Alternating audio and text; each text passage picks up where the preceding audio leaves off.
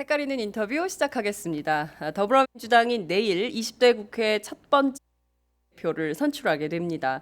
모두 6명의 후보들이 현재 경쟁하고 있는데요. 오늘은 서울 서대문 갑에서 3선 거지에 오른 우상호 의원을 우상호 의원을 모시고 원내대표 출마에 대해서 함께 얘기를 나눠보도록 하겠습니다. 어서 오세요. 네, 안녕하세요. 예, 축하드립니다. 감사합니다. 근데 방금 소개하면서 삼선 거지라고 그러신 것 같아요. 아니 삼선 고지라 그랬어요. 그랬어요? 예, 네, 아니, 삼선 제가 거지라고. 삼선 거지에 오른 아니 얘기하는 설마 제가 거예요. 거지라고 하겠어요.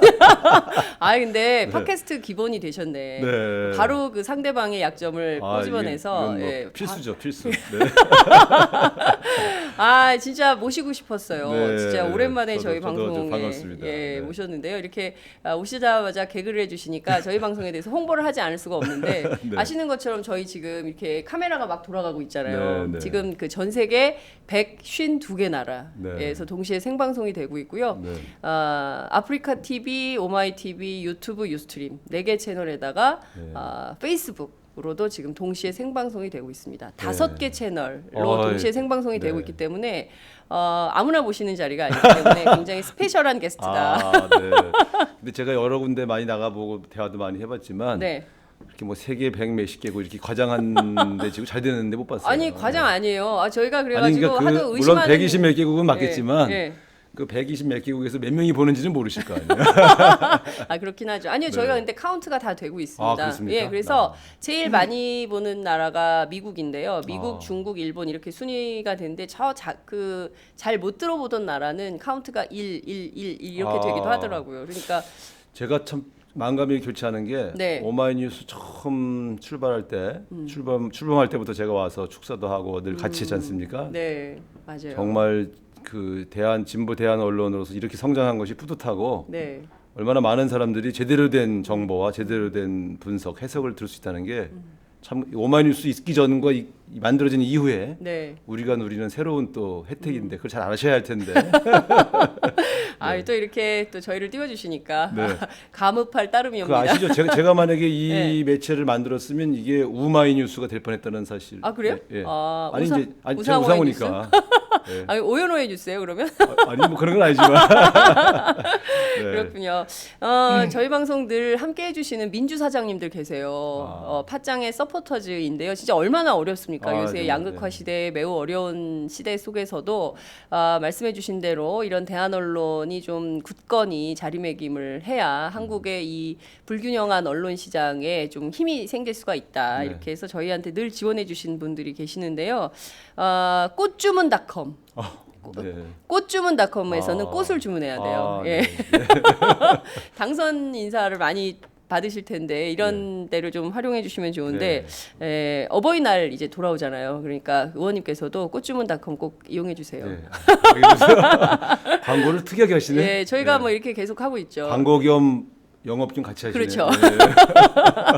저희가 근데 사실은 다른 분들은 이런 걸 잘 안 했었어요. 근데 네. 이제 아무래도 이제 그 오마이뉴스 창간과 함께 역사를 해오신 어떻게 보자면 저희 굉장히 좋은 선배로 저희들은 기억을 하고 있기 때문에 이런 홍보 방송 뭐 용인하실 것 같아서. 아유 좋습니다, 좋습니다. 아니, 사실은 예. 말로만 뭐 언론 환경이 어떻다, 뭐 종편이 어떻다 이렇게 비판만 하지만 좋은 언론을 키우기 위한 노력을 병행을 해야 그 맞아요. 비판이 정당한 것이지.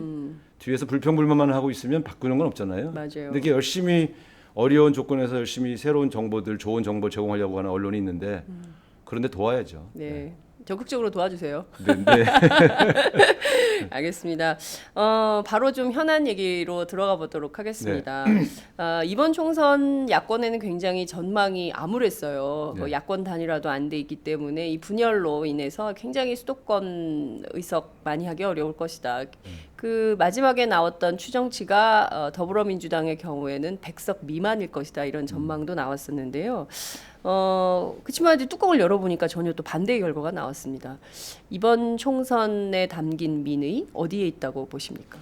글쎄, 그건 이제 일단 기본적으로 애초에 분석이 너무 축소했던 것은 그만큼 이제 여론조사 기관들의 여론조사가 좀 잘못됐기 때문에 네. 기인한 것은 물론 맞습니다. 그러나 저도 자체적으로 분석해 볼 때는 110석 하면 잘한다. 저 나름대로 그렇게 분석하고 있었거든요. 근데 123석 특히 수도권의 압승으로 나타났을 때 깜짝 놀랐습니다.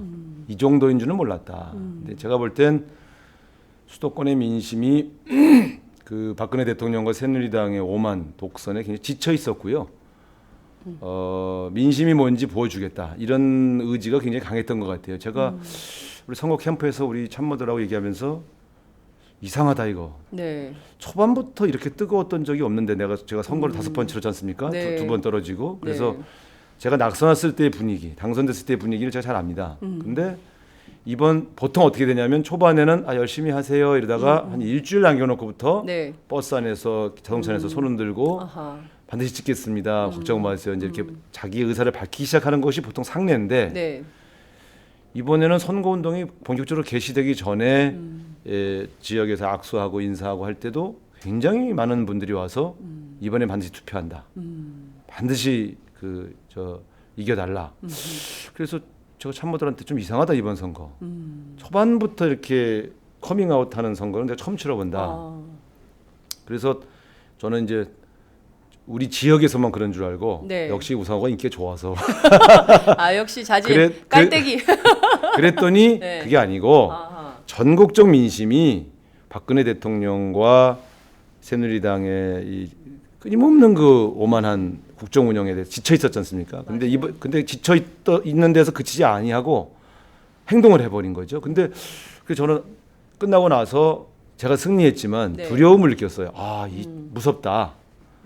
민심이라는 것이 정말 거대한 물결 같은 거구나. 네. 네? 그래서 근데 이제 승리한 사람이 이렇게 무서운데 패배한 사람이 과연 이 민심을 어떻게 판단할까 이제 이런 것이 굉장히 궁금했죠. 근데 저는 어쨌든 네. 이번 선거는 수도권에서는 여당인 박근혜 대통령과 이 새누리당에 대한 심판이고 네. 호남에서는 호남의 여당이었던 더불어민주당에 대한 심판이고 저는 경고였다 이렇게 평가를 하고 있습니다. 그렇군요.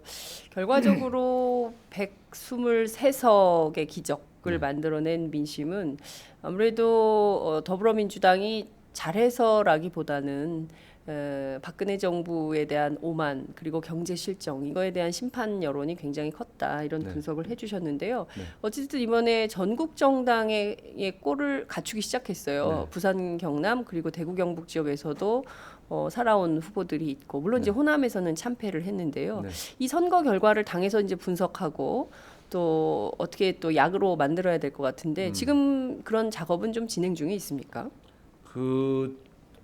뭐 선거 끝난 지 지금 이제 한 달 단위로 네. 보통 이제 선거에 대한 이제 뭐 당선자들 축하하고 낙선자들 위로하고 네. 그리고 앞으로의 당내 정치 일정을 어떻게 할 거냐에 주로 이제 진력하고 있죠. 아무래도 좀 차분한 분석과 평가는 좀 지도 체제를 정비한 연후에 네. 가능하지 않겠느냐. 그러나 우리 당내 진보적 블록인 더 좋은 미래에서는 선거 끝난 지 일주일 만에 네. 평가 토론회를 했지요. 네. 그래서 이제 이번에 드러난 민심이 뭐냐 분석하고 향후 대안이 뭐냐 이런 정리를 했습니다만 당차원에서는 아직 그 후속 작업이 진행되지 않고 있습니다. 아마 원내대표 선거 끝나면 네. 또 전당대회를 언제 할 것인가에 대한 논란이 좀 정리가 되면 네. 그런 작업도 같이 할 것 같습니다. 하나씩 또 여쭤보겠습니다. 네. 20대 국회가 사당 체제가 됐어요. 그 동안에는 어떻게 보자면 양당 뭐 독과점 체제다 이런 비판도 있었고 정의당에 설당이 없다 뭐 이런 비판도 있었는데 어찌됐든 이제 4분할 된 것이죠. 네. 이제 야권은 3개 정당으로 나뉘어져 있고 그래서 앞으로 이제 국회 운영을 어떻게 해나가느냐 특히 이제 제1당이 됐기 때문에요. 더불어민주당이 그래서 큰 역할이 있을 텐데 어떤 역할을 좀 해야 된다고 보십니까? 그러니까 이제 지난 시점을 좀 보시면 알지만 주로 박근혜 대통령과 새누리당이 자기들 나름대로 이슈를 던져요. 네. 테러 방지법이면 테러 방지법, 그렇죠. 그다음에 뭐 경제 활성화, 경제 활성화. 그러면 우리 당은 거기에 대응만 하는 거예요. 반대한다. 뭐 문제점이 있다, 부작용이 그랬죠. 있다, 뭐 진정성이 없다. 그래서 서로 협상도 하고 뭐 이렇게 지나갑니다만 국민들이 볼 땐 네. 왜 저렇게 맨날 질질 끌려다니지? 쫓아가기 바쁘다. 네. 그러니까 죄송합니다. 네. 그 결과적으로 그쪽에서 내놓은 법의 독소 조항을 많이 제거하고 통과시켜도 네. 결국은 박근혜 대통령과 새누리당이 주장한 법안이 통과되는 것만 본 게 되는 거죠. 실제 좀 그런 면이 있지 않았습니까? 그렇습니다. 네. 그렇기 때문에 도대체 더불어민주당의 이슈는 뭐야? 이런 것들이 많이 이제 국민들이 궁금해하시고 답답해하셨죠. 네. 그러다 보니까 끌려다니는 것처럼 보이고, 그러니까 그러면 이제 그런 태도에 대한 찬반이 당내에서 붙으면 왜 쟤네들은 맨날 당내 싸움만 해? 그렇죠. 이렇게 되는 거예요. 맞아요. 사실은 제가 모든 문제의 근원은 결국 아젠다의 주도력을 상실하면 상대방 아젠다와 상대방 프레임에 대응하는 과정에서 당내 분열이 필연적으로 나타납니다. 그러다 보니까 강경파, 온건파로 나눠지는 것처럼 보이는 거예요. 네. 핵심은 강경파, 온건파로 나눠진 게 아니고 네. 애초에 우리 주도적 이슈를 가져가지 못한 데서 오는 것이죠. 그러니까 저는 이 20대 국회가 되면 네. 원내 제1당이면 제1당에 맞게 이슈의 주도력을 가져야 된다. 자, 민생 문제면 네. 민생 문제라는 게 추상적인 게 아니잖아요. 그렇죠. 국민의 생활에 관련된 아주 구체적인 문제 하나라도 딱 제기해서 네. 우리가 먼저 꺼내서 이게 필요하다. 그렇게 해서 그것에 대해서 새누리당과 국민의당, 정의당의 의견을 듣고 조율을 하고 네. 그래서 이번에 어느 선까지 이걸 관철할 거냐 결정해서 타협하고 네. 그다음에 또 그거 관철하고 또 그 다음 과제를 설정하고 저는 이렇게 말하자면 국정 운영의 주도권이 적어도 국회 안에서는 나라 전체에서는 대통령이 끌고 가는 거지만 네.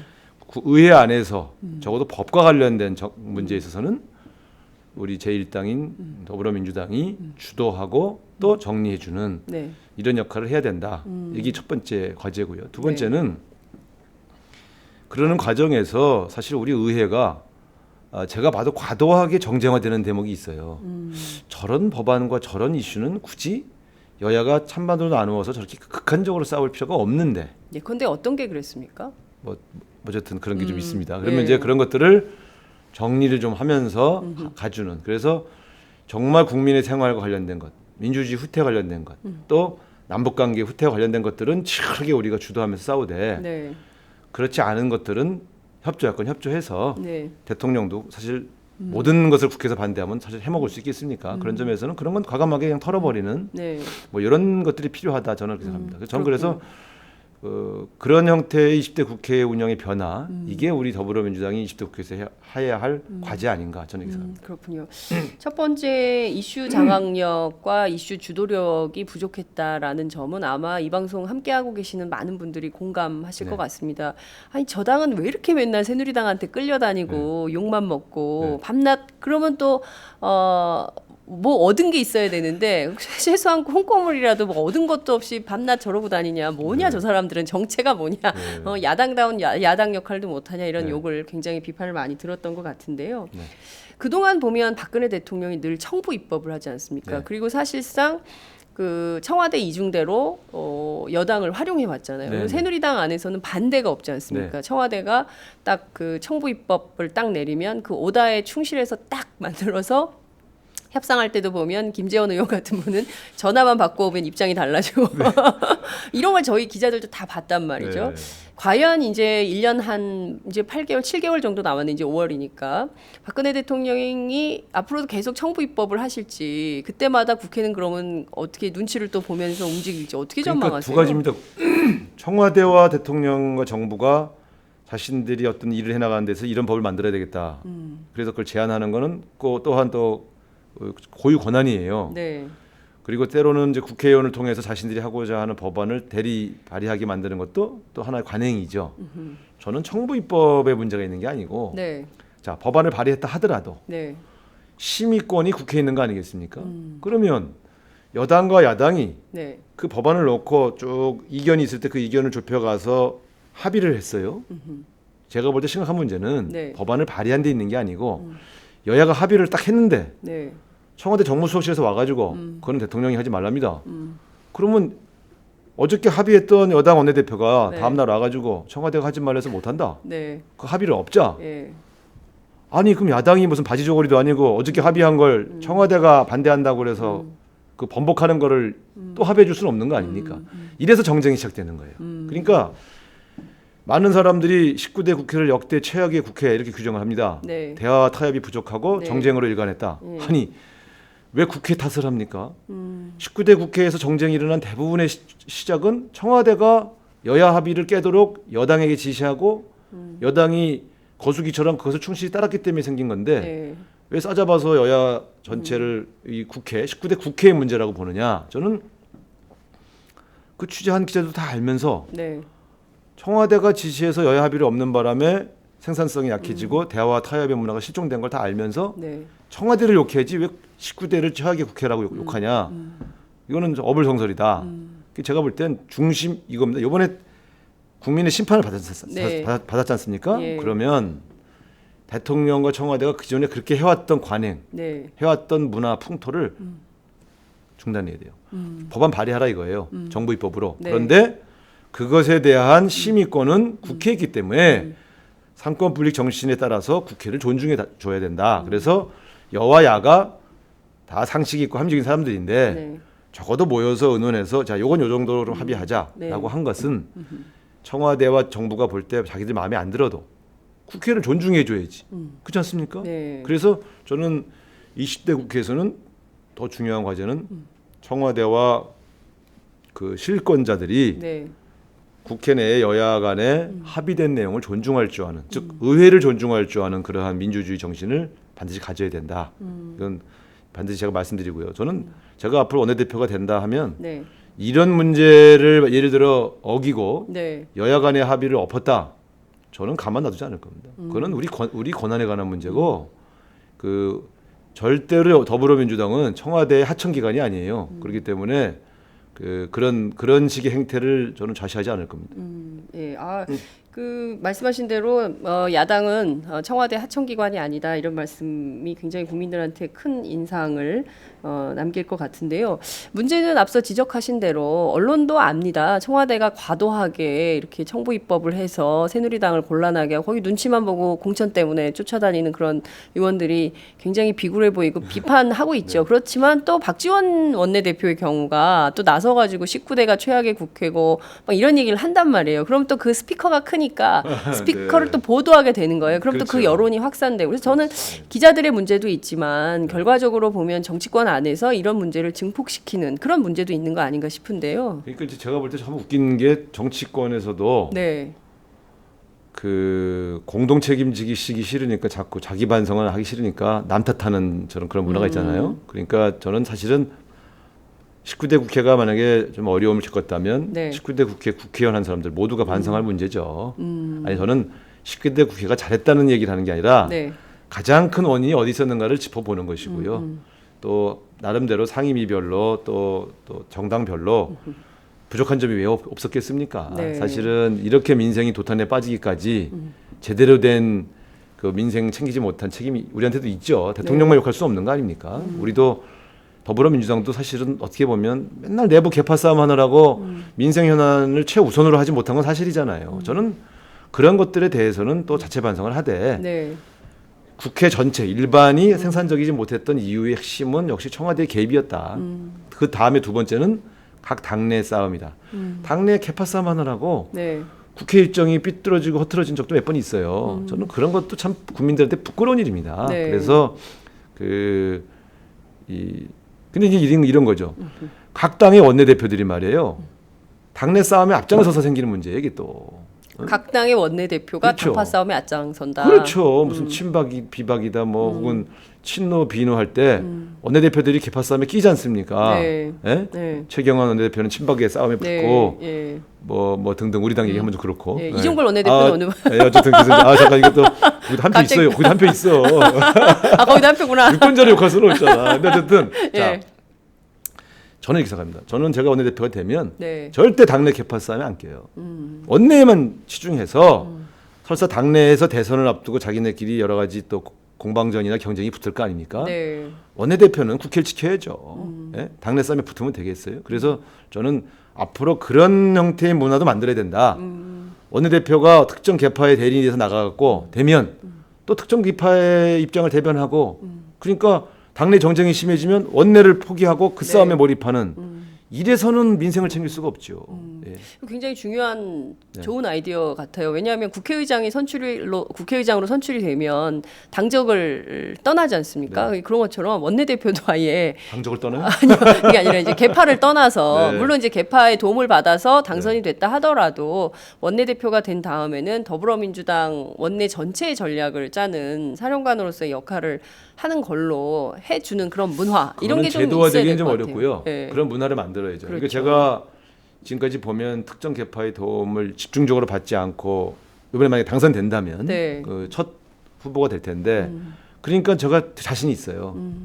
저는 그렇게 자신 있다고. 예를 들어 당내에서 일정한 싸움이 붙어도 네. 뜯어 말릴 수 있고 어느 내가 누구 개파에 도움 안 받고 됐는데 뭐 특별히 눈치 볼 게 뭐 있습니까? 그리고 당내 싸움을 도저히 말릴 수 없는 상황이 되면 네. 저는 그냥 난 모르겠다. 나는 그냥 국회 상임위별로 체크하고 입법 제대로 하게 하고 뭐 이렇게 하면 되는 거죠. 아, 당신들은 싸우든지 말든지 사실은 중요한 역할을 하겠다. 그렇죠. 싸우든지 예. 말든지는 아니지만 네. 일단은 말려보고 네. 근데 예를 들어 대선 경선 때 되면 네. 그건 제가 말려도 안 되잖아요. 그건 대선 후보를 자기가 좋아하는 후보를 대통령 예. 만들어야 되는 거니까 예. 싸움이라기보다는 치열한 경쟁이 시작되겠죠. 네, 그럴 때는 이제 그건 오히려 제가 공정한 룰 관리만 하면 되는 거고. 이번에 원내대표로 선출이 되신다면 사실 내년 대선까지도 이제 영향을 미칠 수 있는 자리가 되시는 거니까 그 네. 점은 좀 신경이 쓰일 것 같다는 생각이 좀 드는데요. 이번에 원내대표에 무려 6명의 후보가 출마를 했습니다. 아마 더불어민주당에서 이렇게 많은 후보가 나오기도 처음 아닌가 꽤 싶은데요. 오래됐죠. 굉장히 오랜만에 이런 광경을 보게 되는데요.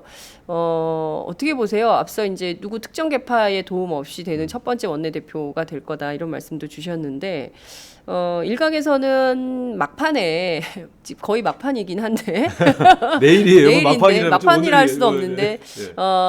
그 워낙 이제 많은 후보가 나와가지고 그런 것 같은데 우원식 후보하고 단일화할 거다라는 네, 얘기가 네. 있었는데 결국 깨진 거죠? 안 된 거죠? 깼다기보다는 이제 그 몇 번 만나서 네. 이제 논의를 했었습니다. 논의를 했는데 이제 단일화하는 취지는 동의를 서로 했는데 네. 그래서 이제 어떤 방법을 만들어 보자. 왜냐하면 누가 일방적으로 양보하는 모양은 또 각 지지층이 있기 때문에 그건 좀 네. 쉽지 않아서 그래서 방법을 좀 연구하고 있었어요.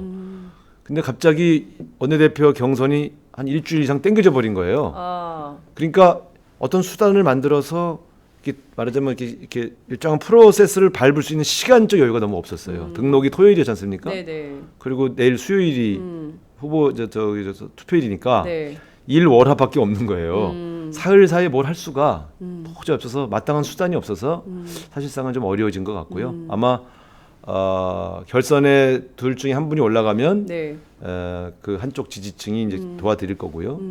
또 만약에 그 우원식 후보와 제가 같이 올라가게 되면 그냥 편하게 선택하실 수 있는 거고 지금으로서는 두 번째 경우의 수가 더 높지 않느냐 이런 분석들이 언론에서 나오고 있습니다만 네. 3파전 보더라고요. 뭐 네. 주류 우상호 우원식 대 비주류 우원식 민정도 의원님하고 이렇게. 제가 같은 우씨인데 둘 다 술을 좋아합니다. 주류는 맞는데 둘 다 주류는 맞는데 그 네. 주류는 그 아니다. 주류는 좀 아닌 것 같고 왜냐하면 둘 다 당내 소위 소장파 진보 그룹에 속해 있었기 때문에 네. 주류라고 말하면 이제 사실 뭐 술 먹는 주류는 맞지만 당내 주도권을 잡은 주류라고 보기에는 조금 안 맞다 이렇게 보고 있죠. 그러니까 아마 저희 당 사상 좀 진보적 성향을 가진 후보 둘이 나와서 네. 둘 다 결선에 오를 가능성이 있다는 분석을 받는 거는 우리 당 원내대표 선거 중에 처음 있는 일입니다. 그러네요. 네. 진짜 그 동안에는 주로는 이제 뭐 친노, 그렇습니다. 비노 이렇게 네. 개파별로 이제 한쪽을 미는 뭐 이런 뭐 또 누구 개 뭐 이래가지고 네, 그렇습니다. 밀고 네, 이랬는데 그렇지 않은 첫 번째 선거가 될 것 같다. 이번에 나온 소위 3강이라는 분들이 개파색은 다 옅어요. 그러니까 또 셋이 다 친하고 네. 그래서 이번 선거는 그렇게 치열하게 막 비방하고 뭐 개파 간에 막 싸우고 이러지 않는 비교적 평온한 가운데 진행되는 선거라서 네. 국민들께서 저 당이 좀 바뀌었네. 저 당 선거만 하면 맨날 싸우더니 좀 이렇게 판단하셔도 좋을 것 같습니다. 그렇군요. 네. 그 당내 현안 좀 여쭤볼게요. 네. 지금 뭐 원내대표 선거 내일이지만 오늘 이제 당선자들과 당무위 연석회의를 통해서 전당대회 일정을 결정하게 됩니다. 근데 이게 뭐 시기 문제로 자꾸 이제 압축이 되긴 합니다만 네. 본질이 시기냐 그건 네. 아니지 않냐 이런 얘기가 나옵니다. 핵심이 뭐라고 보세요? 그러니까 본질이 시기 문제여야 됩니다, 이게. 그러니까 왜냐하면 시기에 우리 당이 그동안 문제가요. 네. 그 손으로는 예를 들면 저 카메라를 가리키면서 네. 실제 눈은 장윤선 씨를 보는 거예요. 아. 이게 문제예요. 그러니까 자꾸 오해와 불신이 커지는 거죠. 그러니까 전당대회를 언제 할 것인가라고 시기를 얘기했으면 시기를 왜 그때 해야 되는지에 대한 적절한 논거를 제시해야지. 네. 사실은 머릿속에서는 김종인 대표를 계속 가게 할 거야 말 거야. 그쵸. 혹은 예. 뭐 이런 식의 딴 생각을 하면서 전당대회 얘기를 하면 안 되죠. 그건 네. 국민들도 보고 있는데. 그래서 아직 우리에게 남아있는 작은 패습이 있다. 네. 예, 정직하게 아젠다를 세팅 안 하고 있다 이런 건데요. 저는 전당대회 시기 문제는 전당대회 시기 문제대로 얘기하고 네. 김종인 대표가 앞으로 어떤 역할을 하는 게 좋겠는가에 대해서는 좀 더 정직하게 그런 역할에 관한 논의를 하는 게 좋겠다. 사실은 김종인 대표의 역할에 대한 얘기를 하고 싶은 사람과 네. 전당대회 시기에 관한 얘기를 하고 싶은 사람들이 다 따로 있는데 이게 뭐랄까 이게 섞여 버렸어요. 네. 그러니까 저 같은 경우는 김종인 대표 역할은 당연히 드려야 돼요. 내년 대선에서 집권하는 게 우리 목표 아닙니까? 네. 전당대회는 왜 하며 또 원내대표 선거는 왜 하며 다 정권 교체를 위한 준비를 하기 위해서 하는 거 아니겠습니까? 그런 점에서 본다면 저는 우리가 이렇게 시작해야 됩니다. 네. 대통령 선거를 치르는데 김종인 대표가 필요하냐 필요하지 않느냐. 그럼 뭐 당내 구성은 거의 100%가 다 필요하다고 할 겁니다. 네. 그럼 어떤 역할을 드릴 거냐. 그럼 약간 의견이 갈릴 거예요. 요게 이제 한 테마고 네. 두 번째는 전당대회는 언제 치르는 게 좋아. 그럼 전당대회는 두 가지 목적이지 않습니까? 선거 시기에 임시체제를 수습하고 좀 더 정통성 있게 리더십 있게 갈 수 있는 리더를 꾸려서 당을 네. 정비하자. 이게 첫 번째 과제고요. 네. 그다음에 대통령 선거 준비 어떻게 할 거냐.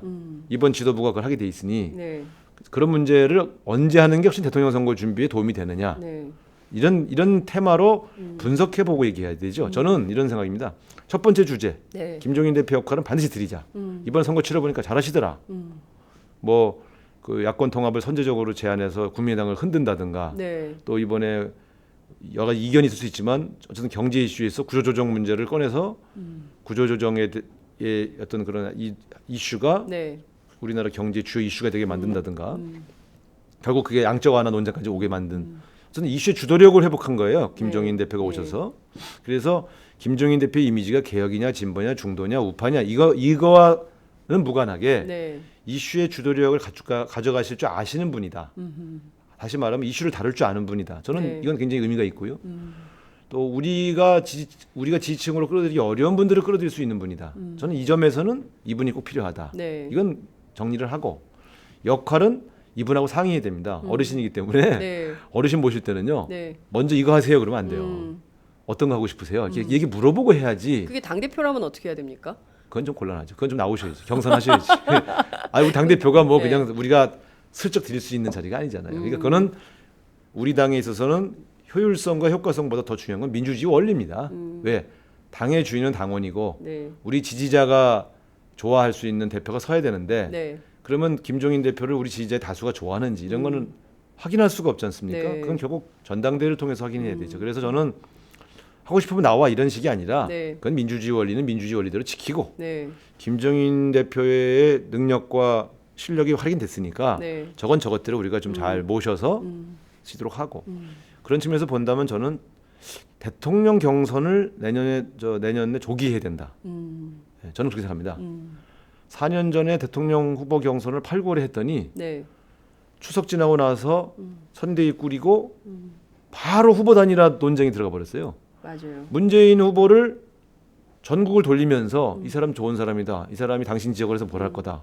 이걸 전국을 한 바퀴 돌아야 되는데 그럴 시간이 없었어요. 그래서 나중에 마지막에 문재인 대표 투표 당일날 못 가보신 네. 시군이 한 40개쯤 됐어요. 한 번도 안 가본. 강원도는요 딱 두 도시밖에 못 갔어요. 원주, 강릉. 아 춘천도 못 갔어요? 춘천 갔구나. 네. 춘천, 원주, 강릉. 네, 네. 예리하시네요 또 그걸. 뭐 아닙니다. 네. 근데 이래 그거 어떻게 되냐는 거죠. 되냐는 말입니까? 그러니까 농촌 지역에서 6대 4로 졌죠 그냥. 그러니까 그 진 만큼 농촌에서 진 만큼 그러니까 우리 후보님이 그 방문하지 않은 지역에서 네. 진 만큼 졌어요. 그러니까 저는 이건 바보 같은 짓이다. 그래서 내년에 조기에 네. 후보 경선을 해야 된다. 그러면 그 후보 경선을 조기에 하려면 네. 지도부를 빨리 꾸려야 되잖아요. 네. 그래야 거기서 준비하지. 그렇죠. 그래서 저는 6, 7월은 너무 빠르고 11월은 좀 늦는 감이 생기니 한 8월 말 9월 초쯤 8 말 9초쯤에 하면 뭐 대통령 후보 경선에도 지장을 안 주고 당 체제 정비에도 큰 어려움이 없고 네. 새로 선출된 원내대표와 김종인 대표가 손을 잡고 총선 체제 정비 및 새로운 정기국회 구상을 같이 할 수 있지 않겠느냐. 저는 그렇게 생각합니다. 그렇군요. 말씀하신 대로 8말 9초 오늘 뭐 조간에 전부 보도가 좀 됐는데요. 네. 그게 뭐 봉합되는 거 아니냐. 그리고 이런 또 비판도 있어요. 이게 20대 국회 첫 번째 정기 국회인데 네. 지금 뭐 원내에서 첫 번째 국회에서 해야 될 일이 너무 많은데 그 뭐 전당대회하고 겹치면 이게 되겠냐. 그래서 네. 정기 국회 끝난 다음에 하는 게 차라리 낫지 않냐. 그래서 뭐 12월 얘기가 또 나오고 아니, 있거든요. 그 말이 네. 어떤 모순이 있냐면 예. 전당대회를 12월 초에 한다 그러면 12월 네. 중순에 한다 그러면 그렇다고 크리스마스 때 할 수는 없잖아요. 예? 그러면 대개 12월 한 10일 전일 텐데 네. 잘 아시지만 그때 정기국회 안 끝나요. 12월 3일쯤 끝나잖아요. 예. 그러면 뭐냐면 전당대회 날이 10일인 것이지 그 전당대회가 진행되는 기간은 2개월은 정기국회 기간이에요. 오히려 어차피 그렇죠. 그때가 바로 예산 및 법안이 한창 논의되는 때이죠. 11월 아닙니까? 11월. 예. 그러니까 정기국회를 피해서 하자는 말은 오히려 정기국회 겹치죠. 차라리 8월 달에 해야 정기국회를 안 겹치죠. 9월 초에 해야. 왜? 실제 정기국회 전당대 날짜는 9월 초라고 해도 네. 전당대가 진행되는 기간은 7, 8월이지 않습니까? 네. 그렇기 때문에 그것은 우리 당에서 전당대회 안 치러본 분들이 하는 말씀이 아닌가 싶네요. 네. 그렇군요. 말씀하신 대로 따져보면 12월은 한창 예산 때문에 정신이 없는 예결산 심의 기간이어서 네.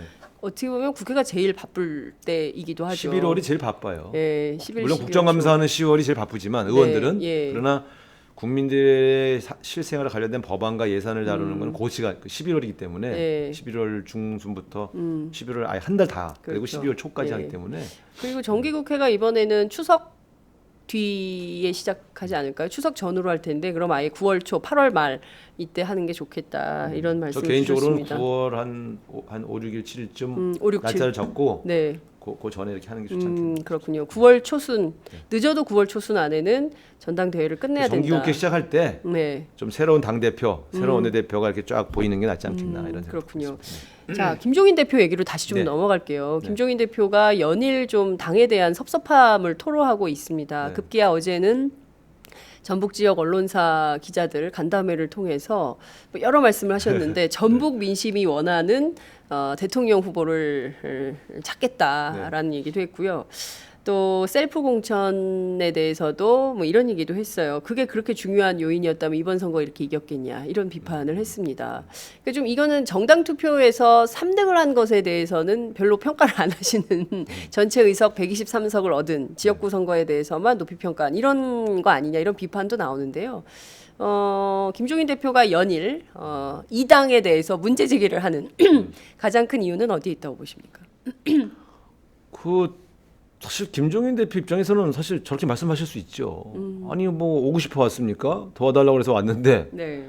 그래서 그 노구를 이끌고 정말 강행군 하셨거든요. 선거 때 제가 봐도 일정표 보니까 아주 빠듯하게 10분, 20분 단위로 거의 하루에 한 16군데 막 다니시더라고. 네. 야, 저 피곤하시겠는데. 난 고맙더라고요.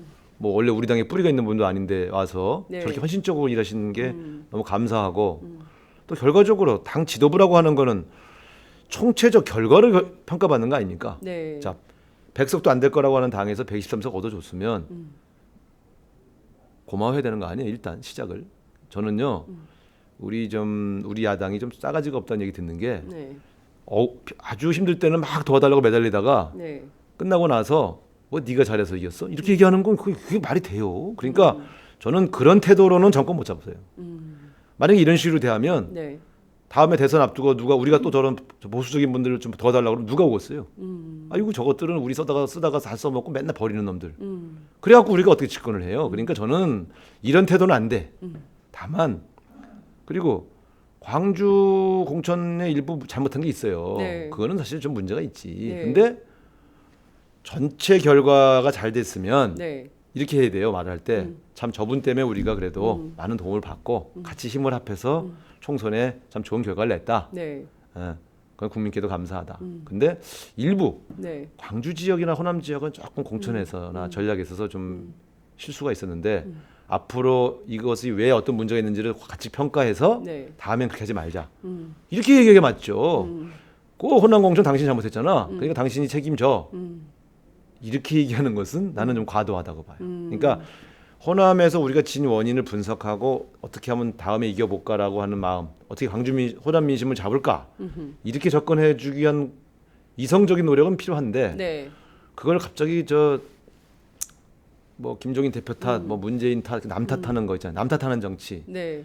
이건 난 안 좋다고 봅니다. 근데 어쨌든 그거에 대한 섭섭한 마음을 표출하신 거죠. 인간이니까. 네. 예, 저는 그래서 어쨌든 진솔한 건 좋은데 네. 너무 감정들을 서로 드러내는 이런 방식은 우리가 정권 교체하는데 도움이 안 되는 태도들이므로 좀 자중자애해 주셨으면 좋겠다. 제가. 저희가 이제 언론을 통해서 드러난 것을 이렇게 보면 요새 제일 발언 수위가 높은 분은 김종인 대표세요. 박지원 대표 아니에요? 박지원 대표는 더불어민주당이 아니잖아요. 우리 당에서 네, 네. 박지원 대표 뭐 우열을 따지자면 박지원 대표가 훨씬 높죠. 네. 그 박근혜 대통령하고도 이제 함께 할 수 있다 이런 얘기를 했기 때문에. 지금 우리 당의 단면 딱 말씀드릴까요? 네, 김종인 대표는 서운하고 네, 문재인 대표는 골치가 아프고 차기 당권 주자들은 어떻게 좀 해보고 싶고 네. 이런 거예요 사실. 예? 예, 그러니까 네.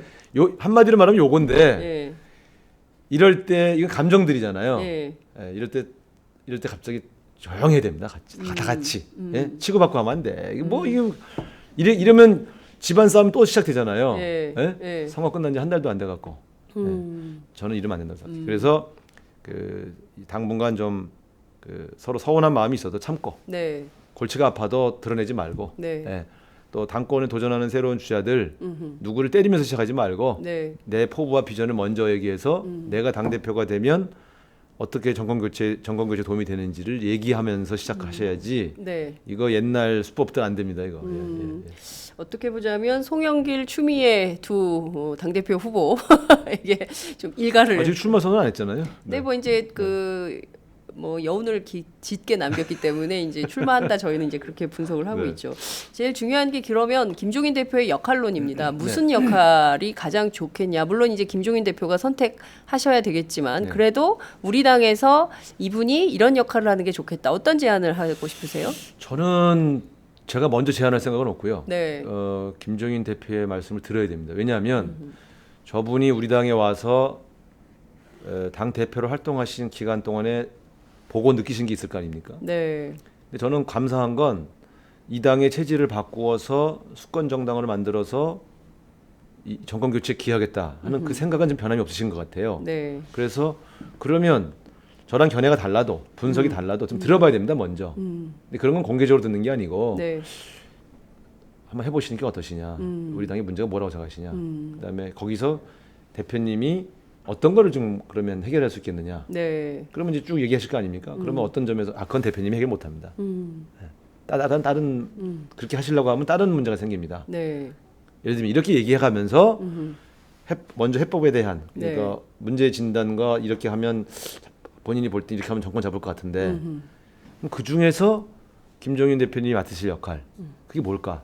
본인도 고민하게 하고 네. 이렇게 해서 정리해 가야죠. 지금 당장 무슨 기구나 역할을 먼저 제안하는 방식으로 하는 것은 안 받으면 바보가 되고 네. 아니 뭐 어떻게 어쩌나 소위 말하면 받느냐 안 받느냐 기로에 서게 만드는 네. 방식으로는 안 되죠. 정치라는 게. 그래서 일단은 대화를 먼저 해봐야 돼요. 예, 우선 근데 경제 민주화에 대한 상징성이 네. 굉장히 큰데 네. 그 분야는 아니다라는 선을 그으셨어요. 그리고 그 분야만은 아니다는 그 거죠. 분야만은 아니다. 네. 그리고 포함해서 네. 포괄적 개념이면 괜찮은 건가요? 저한테 물어보지 마시고 김종인 대표한테 물어보시죠. 아니, 그러니까 김종인 그래서 이 대표는- 문제는 네. 이렇게 됩니다. 그러니까 지금 먼저 얘기하기보단 전당대회 시기를 언제 할 것인가가 정리가 되면 그러면 김종인 대표가 역할을 마감하는 지점이 정해지지 않습니까? 네. 그러면 그때까지 김종인 대표가 하셔야 될 일의 목록이 생길 것이고 그러고 나야 그 다음에 그럼 내가 뭐 할 것인가 이 고민을 하시는 거 아닙니까? 지금 김종인 대표가 어떤 역할을 하는 게 좋겠습니까? 얘기를 시작한다는 건 네. 조기에 처분을 내리게 한다는 것에 전제를 하기 때문에 네. 지금 그 얘기부터 하면 안 된다는 얘기를 말씀을 드리는 것이죠. 그렇군요. 정치라는 게 수순이 있는 거죠. 네. 말씀하신 대로 초반에는 합의 추대론이 거세게 일다가 거세진 또 않았어요. 뭐 언론에는 세게 나왔어요. 물론 이제 저희가 취재를 해보면 정치인들은 아니 내 주변에는 한 명도 그런 사람이 없던데 왜 어디서 그런 얘기가 나오는 거야? 오히려 기자들한테 이제 역으로 질문하기도 했지만 언론이 세게 썼죠. 이슈가 재밌으니까. 네. 이슈가 주장한 사람이 많지는 않았습니다. 네, 그래요. 근데 이제 그 이슈가 그러면 이렇게 누가 그렇게 세게 한 거? 언론이 막 부풀린 겁니까? 아니죠. 누군가 얘기한 사람이 있겠죠. 그러니까요. 언론이 만들어내진 않죠. 예. 근데 제 말씀은 없는 걸 쓰진 않아요, 기자들이. 당연하죠. 제 말씀은 예. 센 이슈였다는 건 이슈의 폭발력이 셌다는 것이지 그걸 주장한 사람들이 많았다는 건 아니에요. 그러니까 좀 조용하지 않습니까? 네. 그러니까 누가 발화점인지는 아직 확인은 안 됩니다. 아직 화제 감식을 못해서. 근데 그건 누군가 아마 아이디어 전에서 얘기했다가 바로 접은 걸로 알고 있습니다. 그러니까 그건 그렇게 오래 가지 않았죠. 예. 그 얘기는. 네. 말씀하신 대로 합의 추대론 그다음에 그리고 전당대회 제가 볼 때는 합의 추대 얘기는 김종인 대표가 하신 것 같지가 않아요. 주변에서 나온 얘기죠. 김종인 네. 대표 주변에서 나왔는지 또 제3의 인물이 얘기했는지도 확인해봐야 됩니다. 제가 알기로는 조금 애매한 것 같더라고요. 저도 알아봤더니. 예. 네, 그래서 어찌됐든 합의 추대, 그다음에 전대 연기, 그리고 이제는 민주정당의 질서에 따라서 전당대회 일정, 시기 이렇게 그다음에는 김종인 대표의 역할론까지 이제 쭉 저희가 이제 짚어봤는데요. 네. 오늘은 저희가 이제 원내대표 얘기를 하는 날인데 김종인 대표 얘기를 너무 많이 해가지고 저는 요 정도에서 더 나오라 가는- 할 적에 예. 저 우상호 얘기할 줄 저 알았는데. 띄워주려고 하는 거 아니라는 거 다 알고 나왔고요. 뭐 오마이뉴스 다 그렇지 뭐. 아니에요. 왜 그러세요? 띄워드리려고. 아니 근데 그 언론사가 누굴 띄우기 위해서 맞습니다. 인터뷰를 하는 건 맞습니다. 아닙니다. 어찌됐든 네, 네. 그분이 갖고 있는 맞습니다. 실력이 어느 정도나 되는지 저희가 이제 검증을 하려고 모시는 건데요.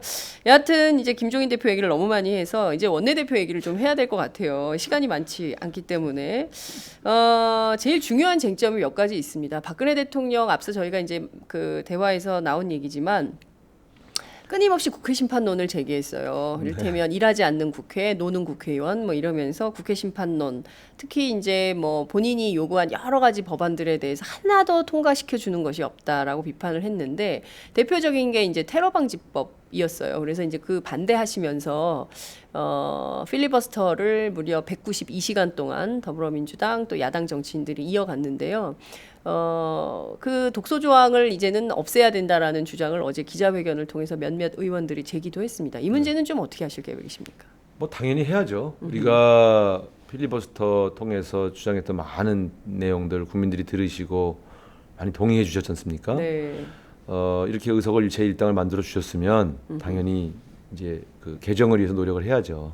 근데 저는 사실은 테러 방지법 개정부터 꺼내면 안 된다고 생각합니다. 이슈로는. 네. 이슈는 역시 민생부터 꺼내고. 그러니까 저는 되게 이 국민들이 가장 피부로 느끼는 저는 지금 전월세 대책부터 꺼내야 된다고 생각해요. 너무 힘들어요. 정말 네. 저 이번에 선거 치르면서 많이 울었어요. 그 어느 술집에 가서 이렇게 네. 보통 밤에 이제 술집에 인사하는데 남자분 혼자서 술을 마시고 계시더라고요. 네. 그래서 이 악수를 했더니 우상호 씨구만 찍을게요 하는데 목소리 힘이 없어서 예. 좀 이상해서 앉아서 네. 나도 한 잔 주세요. 그리고 이제 투표 활동도 할게요 하면서 한 잔 먹으면서 왜 혼자 드세요? 그랬더니 전셋값이 올랐는데 자기가 능력이 안 돼서 마누라랑 어떻게 마련할까 얘기하다 싸우다 나왔다는 거예요. 그러면서 죽고 싶다고 막 자기가 사랑하는 부인인데 근데 거기서 떠나지 못하겠더라고. 그래서 몇 잔 더 먹었어요. 이 서민들은 이 전셋값 때문에 그 단란했던 가정에서 싸움도 벌어지고 혼자 나와서 그렇게 밤에 쓸쓸히 소주 한 잔 먹고 있는데 나는 뭐 하고 있는 건가? 그러니까 사실은 테러 방지법 중요합니다. 그거 꼭 해야죠. 근데 나는 이게 더 중요한 것 같아. 이 생활상의 매일매일의 이 부담, 하중, 고민, 고통 이거 덜어줘야 될 것 같아요. 난 그래서 이런 거부터 난 먼저 꺼내야 되겠다. 아까 제가 이슈 주도록 얘기했는데요. 저는 제가 눈으로 봤던 그 많은 슬픈 현장들 네. 이걸 난 좀 최우선으로 하고 네. 그럼 동시에 투트랙으로 그 민주주의 후퇴 또 이 오만과 독선 때문에 우리가 힘이 부족해서 막 어쩔 수 없이 끌려가면서 했던 많은 독소 조항들 네. 국정교과서 테러 방지법 세월호 꼭 해야 됩니다. 하는데 네. 많은 국민들이 볼 땐 이걸로 먼저 하는구나. 이렇게 저는 보여줘야 네. 우리 진정성을 느끼실 것 같아요. 그러니까 테러방지법, 세월호 이런 것들이 갖고 있는 진정성에도 불구하고 일부 국민은 네. 이걸 너무 정치관계법으로 이해하는 경향이 있어요. 자꾸 이념화해서 보고 아니 세상에 세월호까지도 종북 좌파라는 얘기를 할 정도 이 나라가 이념 균열이 심하지 않습니까? 네. 그래서 저는 그 세월호 유가족들이 느낀 그 상처가 크잖아요. 근데 문제를 해결할 땐 지혜로워야 될 것 같아요. 그래서 저는 당분간은 좀 이런 전세난 문제라든가 또 가계부채, 통신비 이런 민생 문제를 전면에 내걸고 동시에 이쪽 테러방지법, 세월호법 이걸 한쪽으로 해서 두 개를 쭉 끌고 나가되 네. 이걸 더 전면에 내걸고 또 이런 그동안 잘못됐던 걸 바로잡는 일은 그 투트랙으로 같이 해나가는 이런 방식으로 할 생각입니다. 그렇군요. 제일 중요한 게 또 구조조정 문제입니다. 네. 물론 지금 해운조선, 뭐 울산 그리고 또 거제, 통영 뭐 이 지역, 창원, 뭐 부산까지도 영향을 미치는 걸로 전해지고 있고 실질적으로 뭐 2만 명 해고설이 현실화되면 이미 그 지역 경제가 뭐 초토화됐다 이런 우려가 쏟아지고 있는데요. 이게 뭐 이쪽뿐만 아니라 업종을 가리지 않고 뭐 건설업 뭐 전 분야로 확산될 가능성도 있다라는 우려가 나오고 있고 뭐 한국판 양적 완화해야 된다면서 하는 이주열 총재를 압박하고 뭐 일단 돈을 풀어라 이런 이제 주장을 하고 있는데 이 문제도 굉장히 중요한 거 아닌가 싶은데 이 점은 좀 어떻게 대응할 네, 계획이세요? 사실은 조선 철강 같은 이런 이제 소위 말하면 수출형 네. 이런 산업은 네. 기본적으로 세계 경기가 위축되고 또 중국의 추격이 워낙 네. 강하게 되면서 우리에게 위기가 온 겁니다. 예를 들면 잘 아시지만 옛날에 해운왕국, 조선왕국이었던 그리스가 네. 지금 거의 IMF 부도난 건 네. 결국은 우리가 시장을 많이 끌어와서 예? 실제 그리스 쪽은 한국 조선업이 커지면서 우리가 망했다 이렇게 얘기하는 사람도 있어요. 근데 결국 세계 경기의 위축과 또 조선업의 주도성이 막 소위 말하면 중국 쪽으로 넘어가면서 네. 생긴 문제 아니겠습니까? 그래서 이건 경영상의 잘못이라고 비판할 수도 있지만 사실은 세계 산업의 이동에서 오는 참 어려운 구조적인 문제가 있습니다. 그래서 과잉 공급 상태라고 흔히 말하지만 그냥 놔두면 다 망하게 돼 있거든요. 네. 그러니까 일부 뭐 채권단이나 뭐 이런 데서 개입해서 구조조정하는 건 필수적인데 네. 우리나라가 구조조정이라고 하면 시장 자율로 한 적이 없잖아요. 항상 정부가 개입해 갖고 하니까. 네. 그러니까 이미 사실은 몇 년 전에 구조조정을 시작했어야 돼요. 시장 논리가 작동됐다면 그렇죠. 저렇게 1년에 1조씩 적자를 보면서 몇 년씩 쌓아올 수가 없는 거죠. 회계 분식해 가면서. 네. 그러니까 저건 정말 아니 세상의 오너들이 그 경영을 제대로 보고하지 않았다고 그 경영인만 자른다고 됩니까 이게? 예? 그렇죠. 그러니까 그러면서 이제 와서는 이제 이 모든 책임을 정부가 돈 좀 대라, 그다음에 저 노동자들 해고해야 된다 이렇게 나오는 거죠. 네. 근데 우리 당에서 먼저 제기하니까 긴장들 하셨지만 사실은 피할 수 없는 거를 정부가 숨기고 있어서 우리가 터뜨린 거예요. 네. 저 사람들 다 반드시 안 하면 안 되는데 수술을 피하고 의사가 계속 진통제만 주고 있는 거예요. 네. 그래서 우리가 수술해, 응? 안 하고 버틸 수 있어? 이렇게 먼저 제기한 겁니다. 네. 그러니까 안 해도 되는 구조조정을 하라고 한 게 아니죠. 다만 우리는 그거죠. 이럴 때 노동자들의 이 대량 실업이 불가피한데 네. 지금이라도 손을 대야 그 피해를 최소화할 거 아니냐.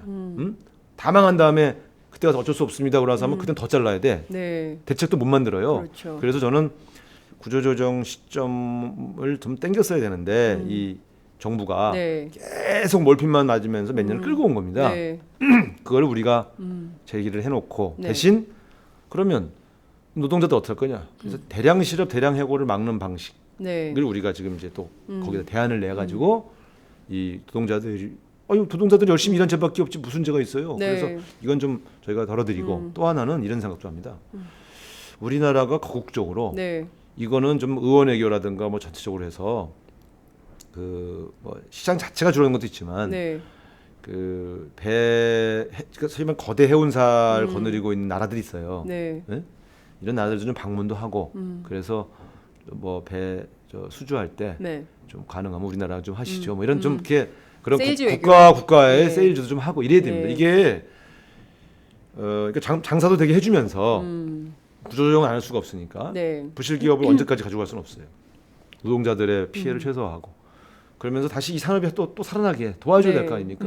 이런 것들을 좀 같이 했으면 좋겠어요. 같이. 그러니까 제일 중요한 것은 실업 대책이 부족하다는 문제입니다. 네. 물론 지금 그 정부에서 내놓은 몇 가지 뭐 재난 지역으로 선포한다든가 뭐 특별 관리 업종으로 그 지정을 한다든가 뭐 등등의 대책을 내놓고 있지만 그것이 과연 충분하냐? 그걸로는 안 되지 않냐? 그리고 정부는 노동사법 주장하면서 파견법 이런 거 하고 있고 특히 이제 고용보험 축소하고 뭐 이런 방향으로 가는데 이게 과연 맞는 정책이냐 이런 비판도 있거든요. 그래서 그것도 사실 20대 국회에서 해야 될 굉장히 중요한 역할 중에 하나인 그러니까 걸로 이런 보입니다. 거예요. 저는 자주간 모든 어려움의 뭐랄까요 책임을 네, 노동자나 소외층이나 사회 약자에게 떠넘기는 방식의 해결책을 그걸 해결책으로 내놓는 거에 대해서 제가 분노하는 거예요. 네, 그러니까 예를 들면 소위 말하면 IMF 때처럼 공등하게 분담하자. 그러면 왜 사회적 합의가 안 되겠어요? 네, 대타협하려고 모아 보면요. 결론은 노동자가 좀 더 손해를 봐라. 예? 국민이 조금 더 책임을 분담해서 고통을 참아달라. 아니 왜 부자들, 대기업들, 오너들에 대해서는 네. 국가 세금과 부채를 얻어가면서까지 구조조정 자금을 대주면서 네, 왜 그 책임을 다 노동자와 전 국민이 져야 됩니까? 저는요 그게 분담입니까? 저는 제대로 된 분담하자 이거예요. 그러니까 저는 그런 측면에서 본다면 정부와 여당이 솔직하지 못하고 공평하지도 못하고 공정하지도 못했기 때문에 사회적 동의를 얻는 그런 대책을 못 만드는 겁니다. 저는 지금이라도 이 국가와 여당이 네, 좀 책임 있게 나섰으면 좋겠어요. 그리고 기업만 살리면 나라가 산다는 생각. 국민이 다 죽는데 어떻게 기업 산다고 나라가 살아요? 지금 제가 말씀드렸잖아요. 밤마다 포장마차에 앉아서 고통과 슬픔을 한 잔 소주로 달래는 대책 없는 사람들, 실업자들, 청년들 이렇게 무수히 많은데 여전히 대기업 재벌만 살리면 된다는 식으로 나라가 살아납니까? 네.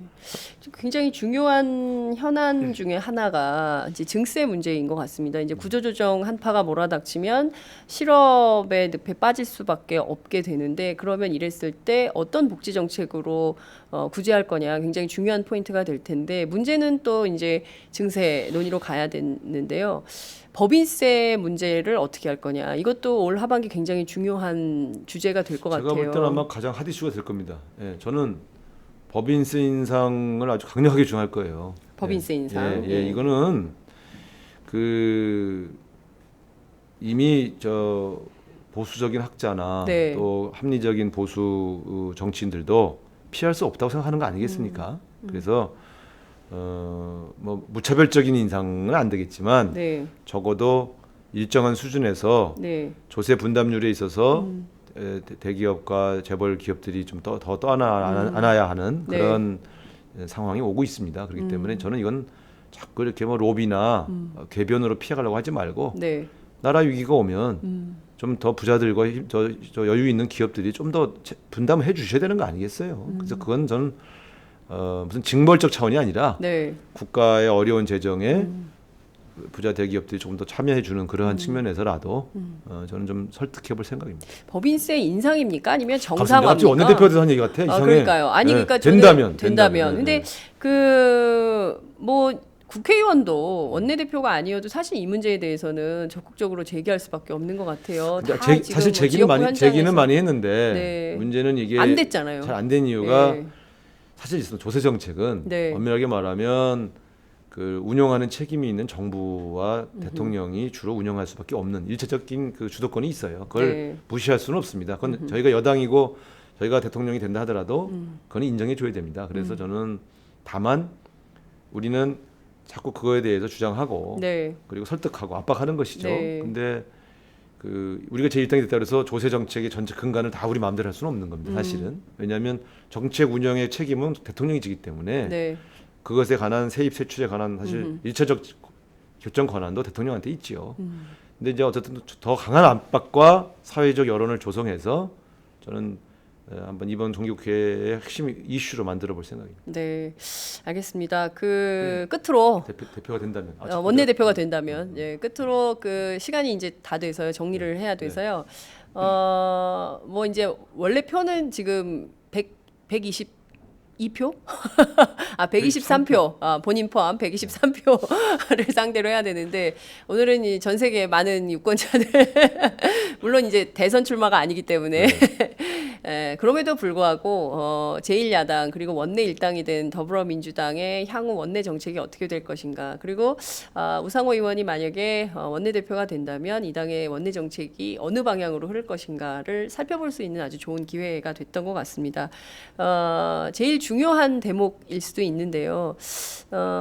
원내대표가 된다면 내가 다른 거 다 떠나서 우리 당을 위해서 또 전체 국민들을 위해서 이것만은 꼭 하겠다라는 게 있다면 어떤 걸까요? 저는 사실은 첫 번째도 두 번째도 세 번째도 정권 교체를 위한 준비 이게 제가 이번에 원내대표에 출마한 이유입니다. 네. 지난번 대통령 선거 지고 너무너무 힘들었거든요. 제 개인적으로 많은 국민들에게 죄를 졌구나.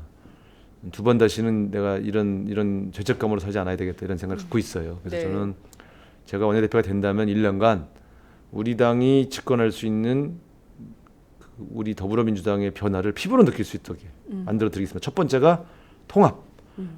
작은 이슈를 가지고 큰 갈등을 만들어서 맨날 싸우는 저 문화는 제가 반드시 뜯어고치겠습니다. 제가 할 수 있어요. 두 번째는 국민을 위해서 봉사하고 헌신한다는 그런 당의 기본 철학을 정립시키겠어요. 제가 네.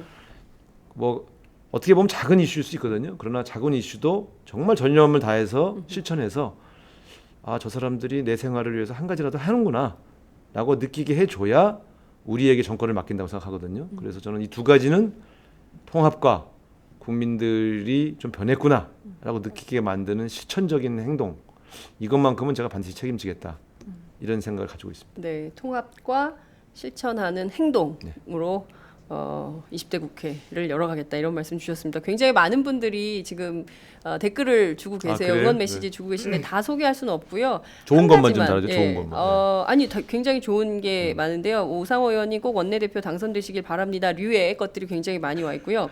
다른 거 다 떠나서 통신요금제 없애는 법안 완전 좋았습니다. 앞으로도 그런 일 많이 해주시기 바랍니다. 들을수록 꽤 괜찮네요, 우상호 의원님. 네, 팟캐스트에 자주 출연하셔서 네. 이런 정책 설명 네. 하실 수 있는 기회가 좀 많이 있었으면 좋겠습니다. 오늘 말씀 정말 잘 들었고요. 네. 원내대표 되시면 또 나오세요. 그럼요. 네. 저희는 그 에브리데이 환영입니다. 네. 네. 시간 고맙습니다. 됐죠. 네, 감사합니다. 네.